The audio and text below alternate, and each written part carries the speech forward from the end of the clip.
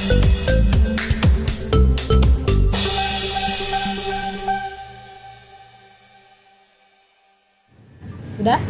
Oke, udah.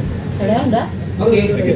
Bang, terkait Nikita Mirzani setelah sudah ditahan sekarang, tapi ada laporan baru nih Bang, tentang undang-undang pencemaran nama baik melalui ITE. Itu bagaimana nanti hukumnya Bang?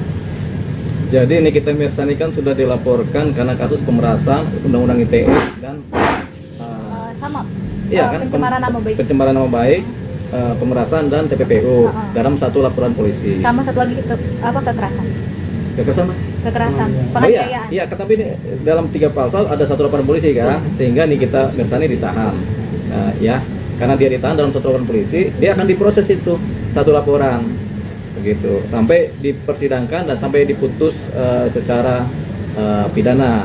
Jadi diputus misalnya 5 tahun. Nah, ini satu laporan polisi. Nah, ini kemudian ada laporan satu lagi yang berbeda, yaitu Nikita Mirzani dilaporkan karena kekerasan.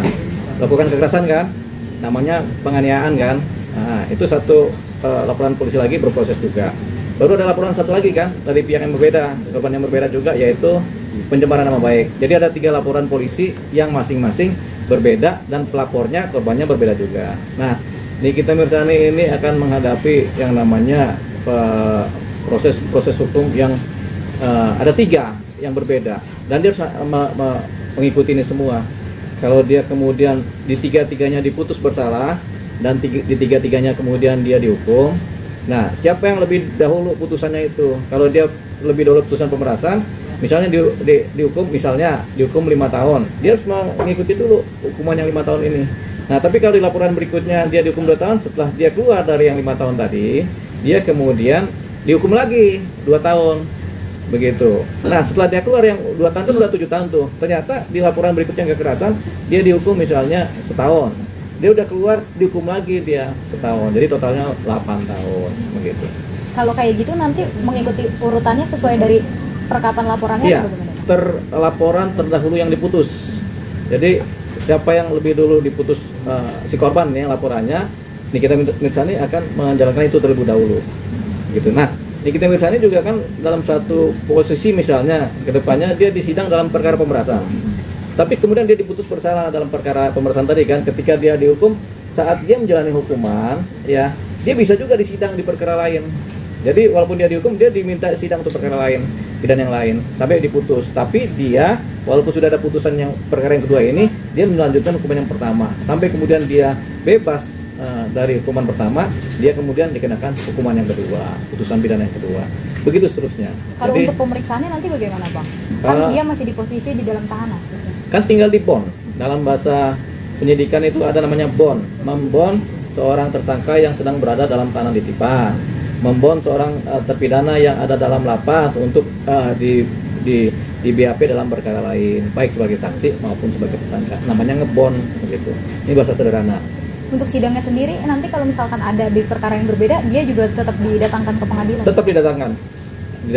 Didatangkan ke pengadilan dengan dasar adalah persidangan yang pro justisia. Tetap Nikita Mirzani wajib didatangkan oleh siapa? Oleh jaksa.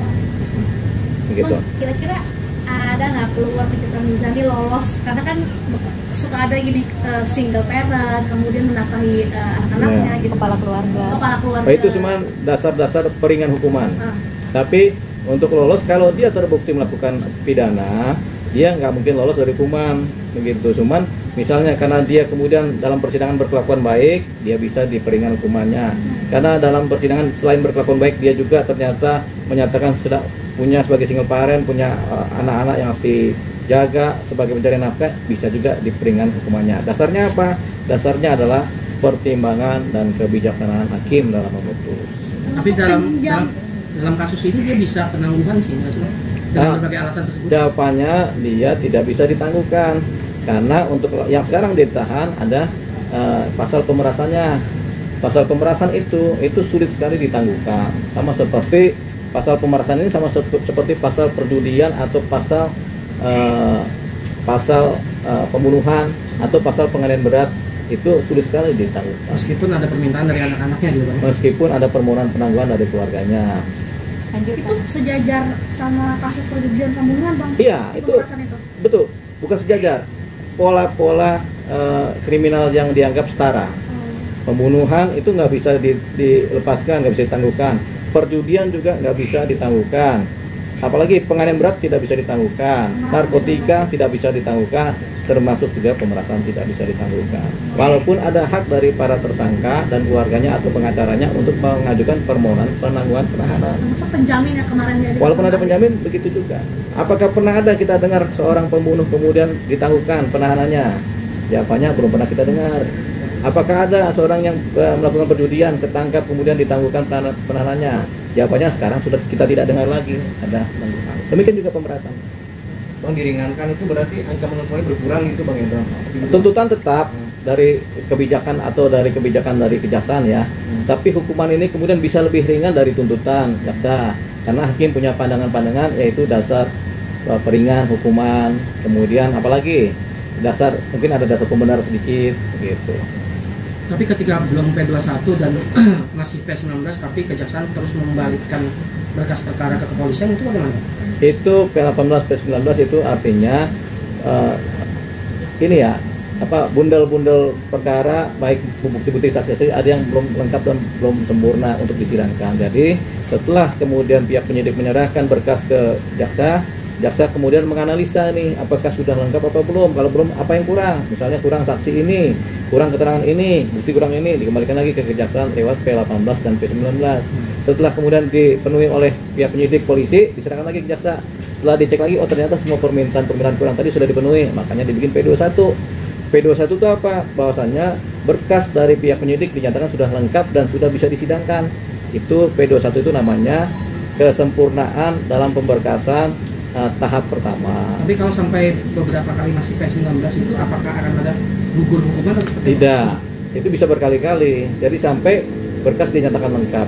Jadi pihak penyidik polisi harus memenuhi permintaan-permintaan jaksa terhadap kekurangan-kekurangan dalam aspek material maupun formil dari pemberkasan. Dan itu tidak akan membuat gugur status Tidak tersangka akan ini. membuat gugur status tersangka. Tapi kalau sudah lewat waktunya, masa penahanan habis, Nikita Mirzani, kemudian berkasnya belum lengkap, Nikita Mirzani bisa kemudian dilepaskan dari posisi penahanan kalau waktu masa penahanan sudah berakhir.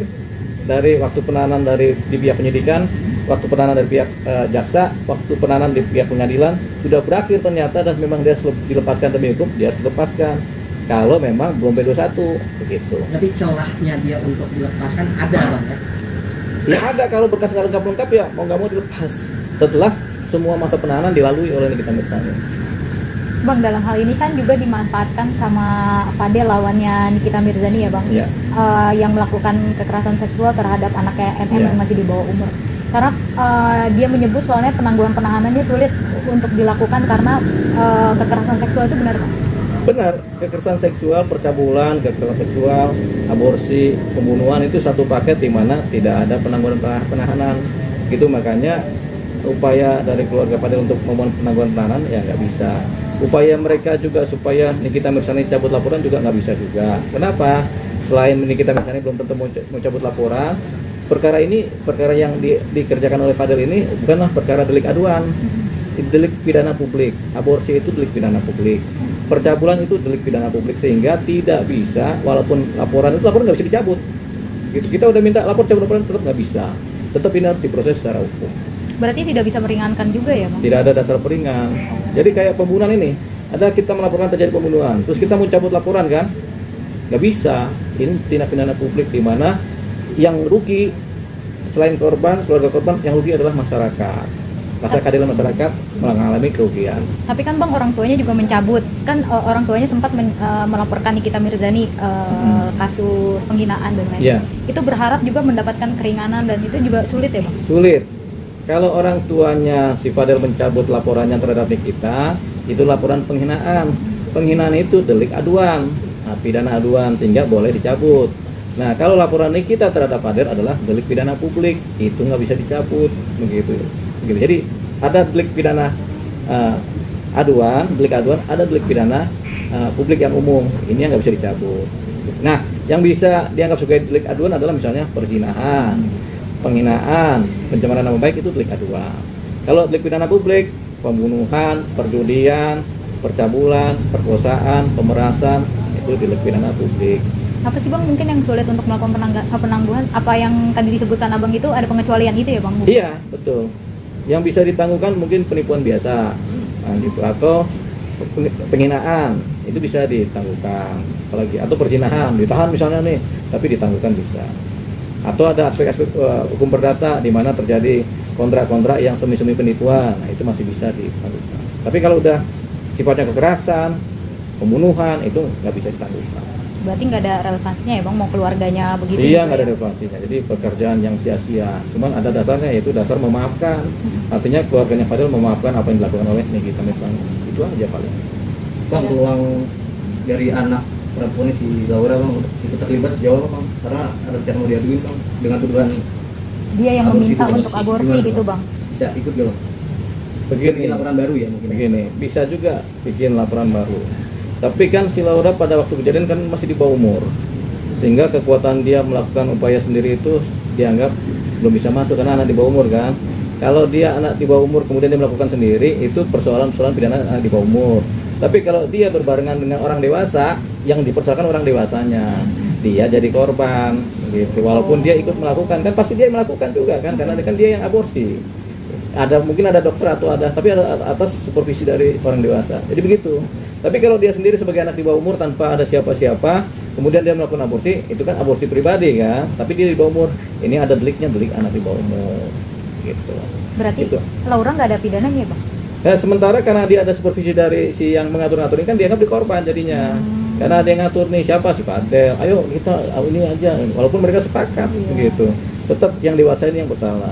Kecuali umur Laura itu sudah lebih bang ya. Kalau umur Laura udah di atas 18, 19 sudah mengerti, Laura ikut bertanggung jawab terhadap apa yang dilakukan oleh dia, aborsi tadi. Tindakan yang dilakukan dianggap dia tahu secara baik gitu. Aman? Oke bang. Ini punya siapa bang? Ini banyak banget yang mau dimatiin.